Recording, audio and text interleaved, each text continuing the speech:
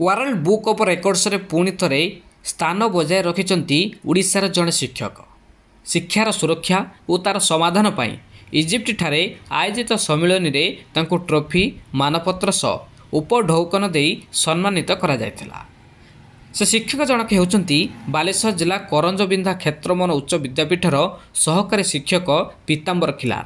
ଦେଶର ଶିକ୍ଷା ବ୍ୟବସ୍ଥା ଉପରେ ଗବେଷଣା କରି ଦେଶରେ ନାମ ରଖିଥିବାରୁ ତାଙ୍କୁ ସବୁଠି ପ୍ରଶଂସା କରାଯାଉଛି। ତେବେ ସେ ଆମ ପାଖରେ ଅଛନ୍ତି, ତାଙ୍କଠୁ ଆମେ ଅଧିକ ଆଲୋଚନା କରିବା।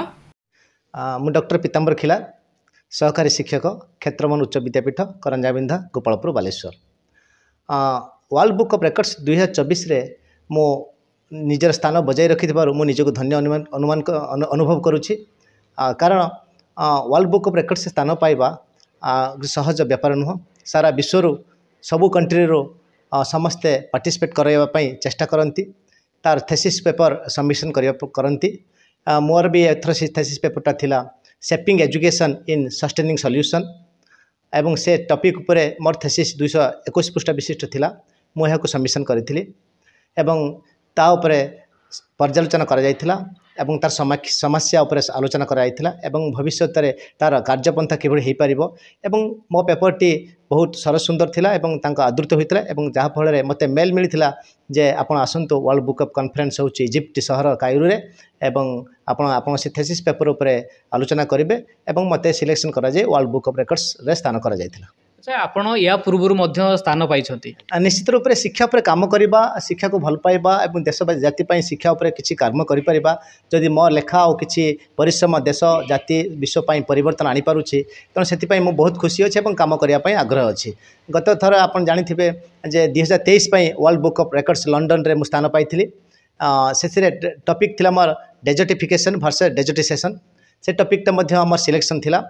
भारत रू प्राय 18,000 अधिक फॉर्म पड़ता है ता भितर मत सिलेक्शन कराइला। से कॉन्फ्रेंस में जाई लंडन में पहुँचती एवं एथर भी आशा रखी नी जे एथर जो टॉपिक थिला बा जो थेसिस पेपर थिला shaping education in sustaining solution उपरे तो से टॉपिकटा मध्य सिलेक्शन होता एवं मते मध्य निमंत्रण कराइला। पुणी थे 2024 मु 2000 वर्ल्ड बुक ऑफ रेकॉर्ड्स रे स्थान मिली से निजको धन्य अनुभव करुच्ची। अच्छा, आपण ये जो टॉपिक रखुचंती ये जो टॉपिक को लेकिन आपण आज विभिन्न स्थान रे बा वर्ल्ड बुक ऑफ रेकॉर्ड रे आपण स्थान पाई परचंती, काहे कि एभली टॉपिक को आपण बाछुचंती?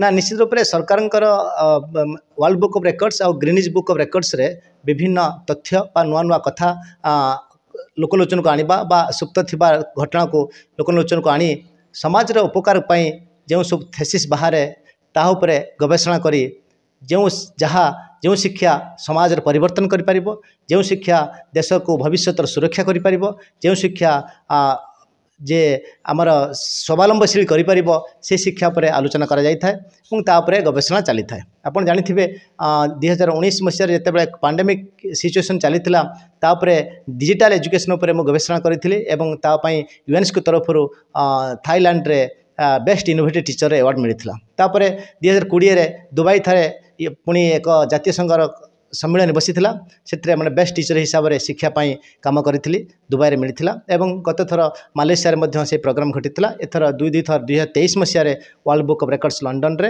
एवं 2024 रे वर्ल्ड बुक ऑफ इजिप्ट रे मते सम्मानित कराइला एवं मो थेसिस पेपर मध्य सारा विश्व आज जना पड़ी एवं समस्ते जानते एवं ता शिक्षा व्यवस्था परिवर्तन पाई समस्ते चेष्टा करिसेंती। अच्छा, आपण जो विवेचना करछन्ती विभिन्न टॉपिक को लेकी एवं एथि सहित साधारण पिला माने कोंतु बा लोक माने कोन एथर आपण पाखर शिक्षा लाभ करछन्ती? निश्चित रूप से गोटे भल कथा जे शिक्षा को परिवर्तन करवा। देखो गत 10 वर्ष तल जो शिक्षा थिला ताहा आज नाही, गत 100 वर्ष पूर्व जो शिक्षा थिला ताहा आज नाही। जदि आम चिराचरित प्रथार ट्राडिशनल शिक्षा को आम से भाव में चक डस्टर मध्य श्रेणी गृह आम रखीदे तेबे शिक्षार परिवर्तन हेनी। देश आगे चली, विश्व आगे चली, एवं डिजिटल माध्यम शिक्षा व्यवस्था है यूट्यूब ऑनलाइन पाठ सब आम अपलोड है, पिला माने स्मार्ट है। जदि जुग परिवर्तन सांगे आम शिक्षा को परिवर्तन न करवा, आम देश को न गाइबा तेना देश पुणी आदिम पुरातन को फेरीज। से नुआ कथा नुआ तथ्य नुआ आविष्कार करी शिक्षा को आगू को नवा एवं शिक्षार परिवर्तन करी आम देश जातिर उन्नति करवा एवं भविष्य 100 वर्ष भितर शिक्षा आमको आगू को नब। आप जानते जे देश जिते उन्नत से देश शिक्षा व्यवस्था सेते उन्नत।